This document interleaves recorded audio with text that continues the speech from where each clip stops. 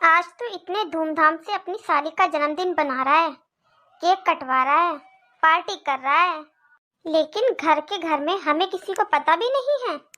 अब समझ में आ रहा है, तूने इसलिए भेजा था मुझे मामा के घर, जबकि वहां से तो किसी का फोन भी नहीं आया, ना ही किसी ने मुझे बुलाया।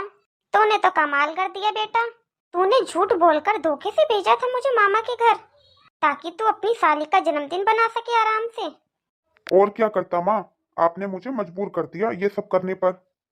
अरे, जब देखो आप झगड़ा करते रहते हो, गवारों की तरह चिक चिक करते रहते हो। जब भी काजल के मायके से कोई आता है तो आपका मुंह बन जाता है। हर छोटी छोटी बातों पर चिक चिक करते रहती हो। अगर कोई पार्सल आता है तब आपका मुंह बन जाता है, बाहर से खाना आता है तब आपका मुंह बन जाता है। मम्मी, ऐसे नहीं रहा जाता है घर में। मम्मी, काजल की मम्मी को देखो, देखो उनका स्टैंडर्ड, उनका बोलने का तरीका देखो मम्मी। और ना आप में तो बोलने का तरीका है, ना आपको कपड़े पहनने का ढंग है। कितने सालों पहले जब आप मेरे स्कूल की पीटीएम में जाती थी ना मम्मी, तब भी मुझे शर्म आती थी। मेरे फ्रेंड्स सारे अपनी मम्मी को लेकर आते थे, ना अच्छा लगता था उन्हें देखकर। लेकिन आपने जब उनको देखकर कुछ नहीं सीखा, लेकिन आज तो काजल की मम्मी को देखकर कुछ सीख लो। अरे मम्मी, मुझे शर्म आती है आपको मम्मी कहते हुए। अरे चलो मैं मानता हूँ आप गंवार हो, आप ये सब नहीं सीख सकते हो, लेकिन कम से कम घर का माहौल तो खराब मत करो। अरे, दूसरों को देखकर चिकचिकबाजी तो मत करो, और हमें शांति से रहने दो मम्मी। और आपने अपने साथ साथ पापा को भी ऐसा ही कर दिया है। मम्मी, पापा पहले तो नहीं थे ऐसे, लेकिन आपने सारा दिन काजल की बुराई कर करके पापा को भी चेंज कर दिया है।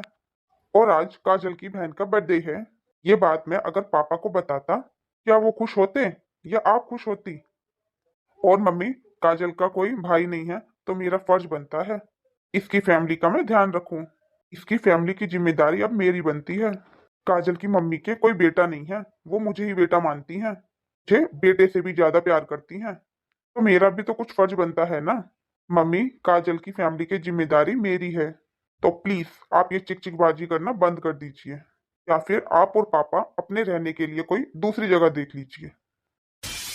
मम्मी, आपने मुझे मजबूर कर दिया है ये सब बोलने के लिए, क्योंकि मम्मी आप काजल की फैमिली को बिल्कुल पसंद नहीं करती हो। मम्मी, बस मैं ये कहना चाहता हूँ, आप और पापा जो हमारा गांव वाला घर है वहां चले जाओ। पापा से भी अब काम नहीं होता है, पापा की भी उम्र हो गई है, उनसे दुकान पर नहीं बैठा जाता।